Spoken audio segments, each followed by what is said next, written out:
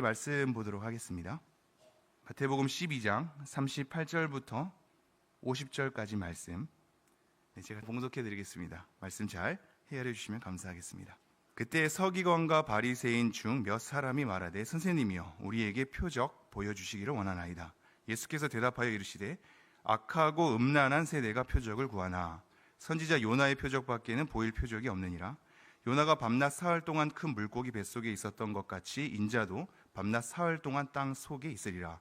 심판 때에 니느웨 사람들이 일어나 이 세대의 사람을 정죄하리니 이는 그들이 요나의 전도를 듣고 회개하였음이거니와 요나보다 더 큰 이가 여기 있으며 심판 때에 남방 여왕이 일어나 이 세대 사람을 정죄하리니 이는 그가 솔로몬의 지혜로운 말을 들으려고 땅끝에서 왔음이거니와 솔로몬보다 더 큰 이가 여기 있느니라.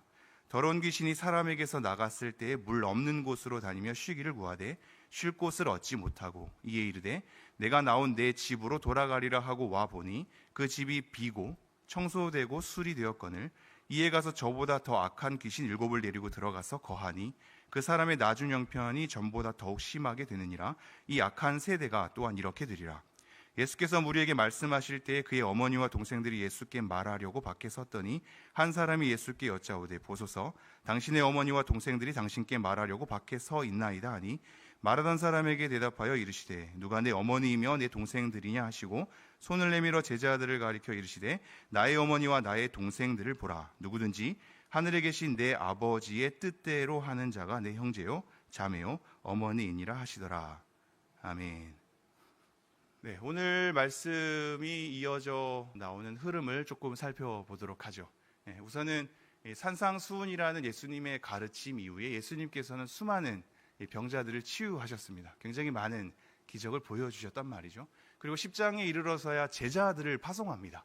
제자들을 파송하고 나서의 분위기가 중요합니다. 제자들을 파송하고 나서 곳곳에 모든 동네에 이를 때 어떤 일이 일어나게 되냐면 사람들로 하여금 미움을 받는답니다. 이 핍박과 박해를 받는 것으로 얘기를 하고 있단 말이죠. 나아가서는 결과적으로 어떤 일이 일어나냐면 서로 불화가 일어난답니다. 집안끼리 원수가 되는 이 아버지와 아들이, 딸과 어머니가 서로 갈라지게 되는 최종적인 갈라짐과 분열의 현상이 일어날 것이다. 그래서 화평을 주는 것이 아니라 검을 주러 왔다라고 하는 예수님의 말씀을 우리가 좀 떠올려 보게 됩니다. 그리고 나서 어떤 장면이 펼쳐지냐면 세례 요한의 일이 펼쳐진단 말이죠. 세례 요한이 주님의 길을 준비하는 자였음에도 불구하고 예수님의 구속의 길에 대한 온전한 이해가 있진 않았습니다. 이 흐름이 잘 이해되셔야 하는데요. 제자들 파송 이후에 많은 사람들이 미워하고 박해하고 결과적으로는 서로 불화가 일어나고 가장 측근에 있는 세례 요한마저도 오실 그이가 당신이옵니까? 라고 구속에 대한 사건을 온전히 이해하지 못해서 다시 한번 되물어보는, 그리고 이렇게 되물어보는 사건을 통해서 예수님이 과연 누구인지를 우리에게 다시 한번 강조하고 있는 이 흐름의 맥락으로 이어진단 말이죠. 그리고 나서 예수님께서 권능을 많이 행한 고을에 회개가 일어나지 않음에 대한 강팍함을 지적을 한단 말입니다. 이후에 이제 바리새인들이 등장합니다. 그리고 오늘 본문에서는 서기관도 등장하죠. 가는 곳곳마다 많은 백성들이 미움을 그리고 분열을, 세례 요한에 대한 가장 측근에서 주의 길을 준비하는 자도 구속에 대한 이해가 부족했고 많은 권능을 행한 고을에서도 예수님을 내몰게 되는, 그리고 끝까지 그들을 추적해서 모든 사사건건 간섭하게 되는 바리새인들의 등장, 그리고 서기관의 등장. 오늘 본문 말미에 보면 가족들까지도 이어집니다. 어머니와 동생들, 이 형제들에 관해서도 본문이 이어진단 말입니다. 왜 이러한 일들이 일어나는가?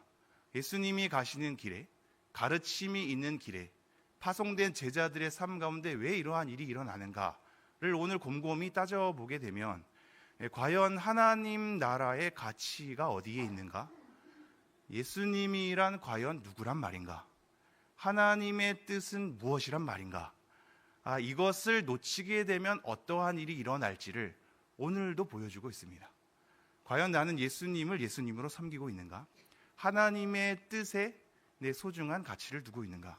하나님 나라란 과연 무엇이란 말인가? 이것을 놓치게 되면 어떤 현상이 일어나는지, 바리새인과 서기관들을 보며 우리가 그것을 좀 추적해 가도록 하겠습니다. 제가 38절 말씀 다시 한번 읽겠습니다. 그때 서기관과 바리새인 중 몇 사람이 말하되 선생님이여 우리에게 표적 보여주시기를 원하나이다. 이것은 앞서 일어난 사건에 이어지는 장면입니다. 이 말 못하고 보지 못하는 귀신 들린 이 사람을 예수님께서 고친단 말이죠. 근데 그 고치는 걸 가지고 바리새인과 서기관들이 자꾸 이제 시비를 건단 말입니다. 결국 그 일을 예수님이 누구인지 나타내고 하나님의 나라의 가치를 세워가고 아버지의 뜻을 세워가며 정말로 구속자이신 예수 그리스도를 드러내는 성령님의 사역과 더불어서 일어난 귀한 사건인 이 일을 감히 바알세불에 대한 귀신의 왕 이 사탄과 더불어서 그것을 뒤바꾸려 하는 이들의 굉장한 사악한 모습을 보게 된단 말이죠. 그래서 예수님이 뭐라고 얘기하냐면 꾸짖냐면 독사의 자식들아 이렇게 얘기한단 말입니다. 독사의 자식들이라는 건 뭐냐면 이 뱀에 대한 간사함 이런 게 아닙니다. 사람의 후손, 여자의 후손과 대비되는 뱀의 후손, 즉 사탄의 자녀들에 대한 표현입니다. 너네들은 지금 하나님께 속해 있는 자가 아니라 사탄에게 속해 있다라고 굉장히 강한 어조로 꾸짖고 있단 말이죠. 이 성령의 일을 다른 것으로 모독하고 있으니 말입니다. 이러한 흐름 가운데 오늘 본문이 등장한다는 것은 오늘 우리가 읽은 38절이 그냥 선생님이요 표적을 가르쳐 줬으면 좋겠습니다 라고 정중한 태도, 예의 바른 태도로 그냥 표적 하나 보여주셨으면 좋겠습니다 라고 간청하는 게 아니란 말이죠. 굉장히 호되게 꾸짖음을 당한 성령님의 일을 다른 것으로 사탄의 일로 돌이키려는 그들의 내면 가운데 예수님에게 위협하는 태도로 거짓 선지자임이 드러나면 내가 돌로 그를 쳐 죽일 수 있는 구약의 율법을 토대로 예수님을 정죄하고자 하는 악한 마음으로 지금 얘기를 하고 있단 말입니다. 당신이 지금 우리를 설득할 만한 표적을 보여주십시오. 모든 표적을 그동안 보여줬음에도 불구하고 부인한 이들이 자기들의 이해 체계 가운데 그것이 만족이 안 되면 끝까지 물고 늘어진단 말입니다. 반대를 위한 반대. 우리가 예수님을 예수님으로 모시지 않는 이상, 하나님을 하나님으로 받아들이지 않는 이상 이 끊임없는 의문과 갈등과 나아가서는 나를 만족시킬 어떤 이해 체계를 따지게 된단 말이죠. 우리의 이해 체계와 내가 설득당하는 것에 대한 기준, 내가 그것을 납득하는 것에 대한 이 기준이 과연 타당한가를 따져 물어야 되죠. 여러분의 기준을 만족시키려고 성경에 있는 게 아니란 말이죠. 바리새인들이 그러한 자기의 기준을 가지고 많은 기적을 보았음에도 불구하고 다시 한번 거짓 선지자임을 드러내기 위한 분노를 가지고 위협하면서 예수님에게 표적을 따져 묻고 있는 겁니다. 그러니까 뭐라고 대답하냐면 39절 예수께서 대답하여 이르시되 악하고 음란한 세대가 표적을 구하나 선지자 요나의 표적밖에는 보일 표적이 없느니라. 이렇게 표적을 구하는 세대를 뭐라고 얘기한다고요? 악하고 음란하다라고 얘기합니다. 우리의 신앙과 한번 좀 대입하면서 말씀을 보죠. 우리 또한 그러지 않는가? 신앙의 길에 막힘, 납득되지 않는, 이해되지 않는 뭔가 하나님께서 기적과 놀라운 일을 보여줘서 표적을 일으켜서 우리를 납득할 어떠한 사건을 고대하고 있지는 않는가? 우리의 신앙 가운데 여전히 보이지 않는, 들리지 않는 뜻을 여전히 몰라서 우리가 우리 스스로의 신앙을 감당할 수 없을 때 나타나게 되는 현상. 하나님, 제 앞에 나타나 주시면, 제 앞에 기적을 일으켜 주시면, 하나님 놀라우리만큼 사람들이 인정할 만한 어떠한 일을 보여주시면 내가 하나님 믿겠습니다. 내가 그렇게 따라가겠습니다. 라는 우리의 신앙의 꼴과 닮은 구석은 없는가를 보게 된단 말이죠. 그런데 뭐라고 예수님께서 일가를 하시냐면 그것은 악하고 음란한 세대가 구하는 것이다. 이렇게 얘기를 하고 있습니다. 그러면서 뭐라고 얘기하시냐면 선지자 요나의 표적밖에는 보일 표적이 없느니라. 요나의 표적을 갑작스럽게 등장시킵니다. 그 이유는 40절 요나가 밤낮 사흘 동안 큰 물고기 뱃속에 있었던 것 같이 인자도 밤낮 사흘 동안 땅 속에 있으리라. 이것 때문에 요나의 표적을 들어서 설명한단 말이죠.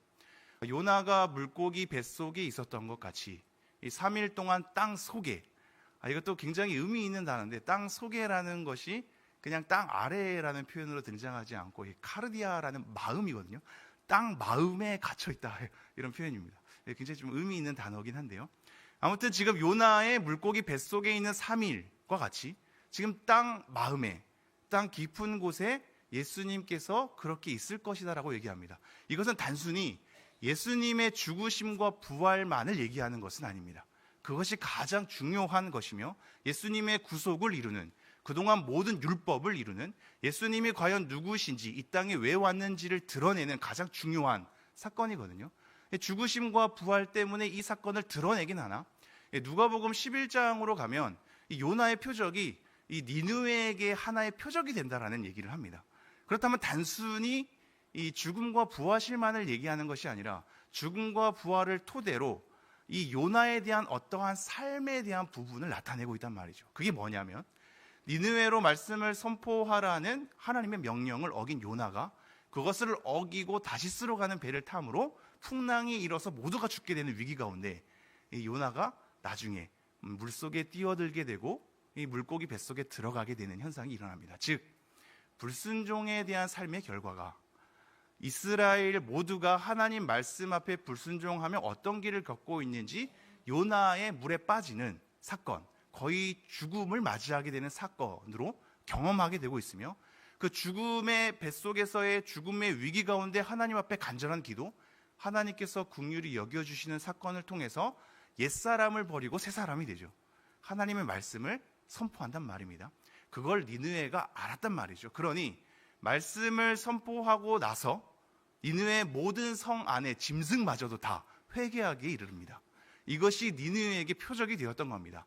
하나님 말씀에 불순종하며 어떠한 길을 걷는지, 그리고 그 속에서 하나님께서 자비와 긍휼과 은혜로 하나님의 백성 삼는 사람의 삶은 어떻게 변화되는지, 그것에 대한 중심이 예수 그리스도의 죽음과 부활하심을 통해서 옛사람과 새사람에 대한 대조로서 우리에게 나타나고 있는 것이 요나의 표적이란 말이죠. 그럼 정리하면 이렇습니다. 예수님의 구원과 심판을 더불어서 얘기하고 있습니다.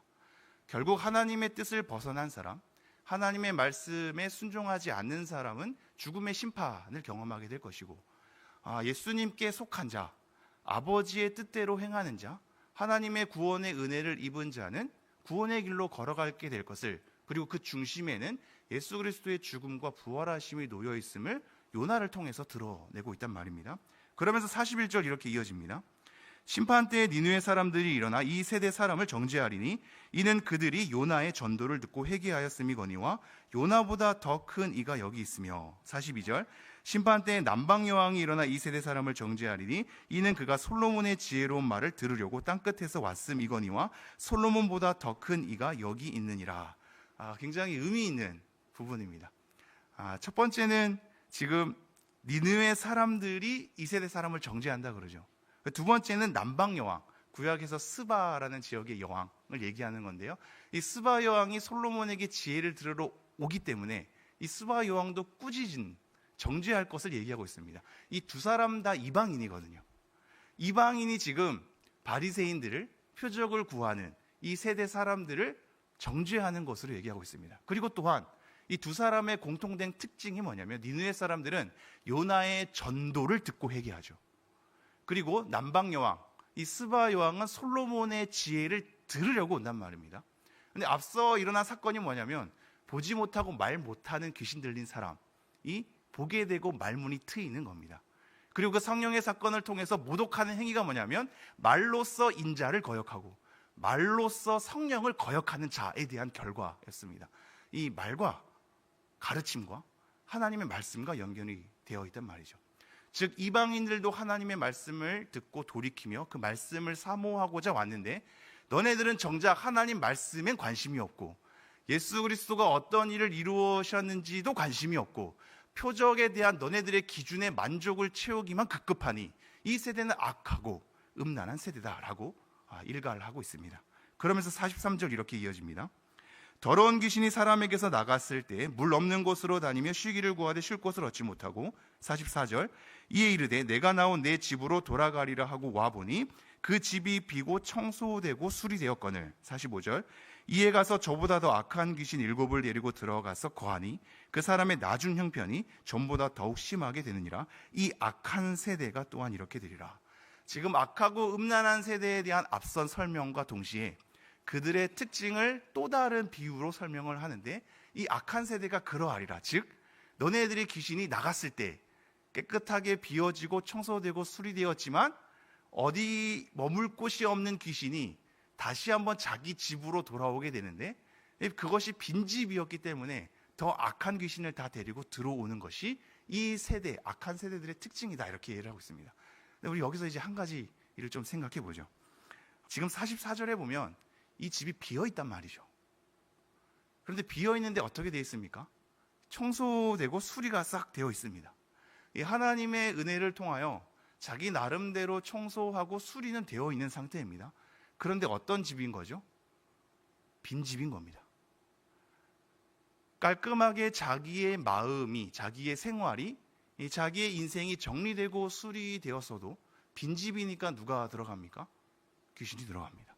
오히려 전보다 더 악하게, 우리의 형편이 더 악해지도록 그렇게 귀신을 데리고 들어간단 말이죠. 우리 안에 예수님이 누구신지에 대한, 하나님의 말씀의 가르침에 대한, 하나님 나라에 대한 가치를 우리 안에 세우지 않는 이상, 우리가 매일마다 분주한 우리의 일상을 정리한다고 해도 우리의 분주한 삶 가운데 어찌할 바를 모르는 우리의 불안함을 한 가지 내면의 안전함, 평안함을 통해서 세워간다 한들, 하나님 말씀에 대한 가치, 하나님 나라에 대한 가치, 예수님이 누군지에 대한, 하나님의 뜻에 대한 것이 우리 마음속에 가득 채우지 않으면 그것은 빈집이요 귀신이 들어갈 수 있는 공간이 되었다 말이죠. 물론 우리는 예수 그리스도를 믿는 자녀로서 바리새인 것 같지 않고 이 악한 세대와 본질적으로 동일하지 않아서 우리 가운데 귀신이 자리 잡지는 않을 것입니다. 그러나 우리에 대한 죄된 욕망이 우리의 자리를 가득하게 메꾸겠죠. 우리가 매일마다 하나님께 기도하고 마음속에 정리한다고 해도 내 진심에만 관심이 있고 쏟아내는 기도가 하나님 내가 이런 상황입니다, 이렇게 괴롭습니다에 대한 신세 한탄으로 나의 마음에 대한 진실함만으로 하나님께 엎드린다면 우리의 마음속은 계속 비일 것입니다. 여전히 표적을 구할 것이며 여전히 하나님의 뜻이 무엇인지 모른 채 나에 대한 갈망만으로, 내 기준에 대한 만족을 추구하는 것만으로 계속해서 그렇게 갈 것입니다. 그것은 빈집이거든요. 그것은 빈집이고 결국 아무리 청소되고 수리되었다 한들 우리 속에 우리에 대한 욕망이 없어지지 않을 겁니다. 더 악한 형편이 될 수 있단 말이죠. 지금 그것을 더불어서 일가를 하고 있습니다. 그러면서 46절, 예수께서 무리에게 말씀하실 때 그의 어머니와 동생들이 예수께 말하려고 밖에 섰더니, 47절, 한 사람이 예수께 여짜오되 보소서 당신의 어머니와 동생들이 당신께 말하려고 밖에 서 있나이다 하니. 지금 이 본문은 병행 구절을 보면 예수님의 어머니와 동생들이 그냥 말하려고 오는 순수한 장면인 것 같습니다. 그러나 마가복음 3장에 보면 예수님의 모든 일들을 보고 사람들이 미쳤다고 얘기한단 말이죠. 그러니까 가족들이 움직입니다. 그를 붙들려 예수께 나아가자 말하고자 한다라고 표현을 하고 있거든요. 그러니까 만류를 하려고 수많은 사람들이 동요되고 미친 사람처럼 취급되고 있으니 내 형을, 내 자녀를 붙들려고, 말리려고 가는 걸음이란 말이죠. 이러한 걸음 속에 등장한다는 것을 이해하시면서 48절, 말하는 사람에게 대답하여 이르되 누가 내 어머니이며 내 동생들이냐 하시고 손을 내밀어 제자들을 가리켜 이르시되 나의 어머니와 나의 동생들을 보라. 50절 함께 읽을까요? 시작. 누구든지 하늘에 계신 내 아버지의 뜻대로 하는 자가 내 형제요 자매요 어머니이니라 하시더라. 아멘. 지금 하나님의 뜻대로 행하는 자가 결국 우리의 어머니요 형제들이다, 자매들이다라고 얘기하고 있습니다. 하나님의 이 말씀과 상관하지 않는, 하나님 나라의 가치와 무관한, 예수님의 뜻을 모르는, 그 걸음을 이해하지 못하는, 그것을 만류하고자 하는 가족들의 걸음 가운데 하나님의 뜻대로 행하는 자가 내 가족이 될 것이다 라고 말씀하고 있단 말이죠. 그러면 이제 정리해 봅시다. 우리는 하늘에 계신 아버지의 뜻을 우리의 마음 가운데 채워가고 있는가? 그것에 관심이나 있는가? 예수님의 가르침 가운데 관심이 있는가? 요나보다 더 큰 이가, 솔로몬보다 더 큰 이가, 그가 이루신 구속의 사건이 무엇인지 우리는 전혀 관심도 없고 이해되지 않은 채 나의 삶에 매몰되어 있어서, 나의 감정에 매몰되어 있어서, 내가 은혜 받고자 하는 삶에 매몰되어 있어서 내 가족들의 형편에 매몰되어 있어서 내 심정을 토로하고 나에겐 진심이나 그것은 결국 빈집이 되어 있진 않는가를 한번 헤아려 봐야 되지 않겠습니까? 하나님 나라의 가치가 어디에 있는지, 하나님의 뜻이 어디에 있는지, 예수님은 과연 누구신지, 그것이 우리의 신앙의 중심으로 계속해서 집중되지 않는 한 우리는 한눈을 팔 것이며, 아무리 청소되고 수리되었던들 우리의 내면의 갈망은 표적을 구하고 현상적인 것에 급급하는, 표면적인 것으로 우리의 신앙을 유지하는 신앙으로 나아갈 수도 있겠습니다. 우리의 내면을 다시 한번 점검하고 하나님의 뜻을 관심 가지며 말씀을 다시 한번 사모함으로 우리의 신앙의 중심이 하나님의 자리로 다시 한번 조금씩 채워져 가는 은혜가 우리 가운데 있기를 간절히 소망합니다. 기도하겠습니다.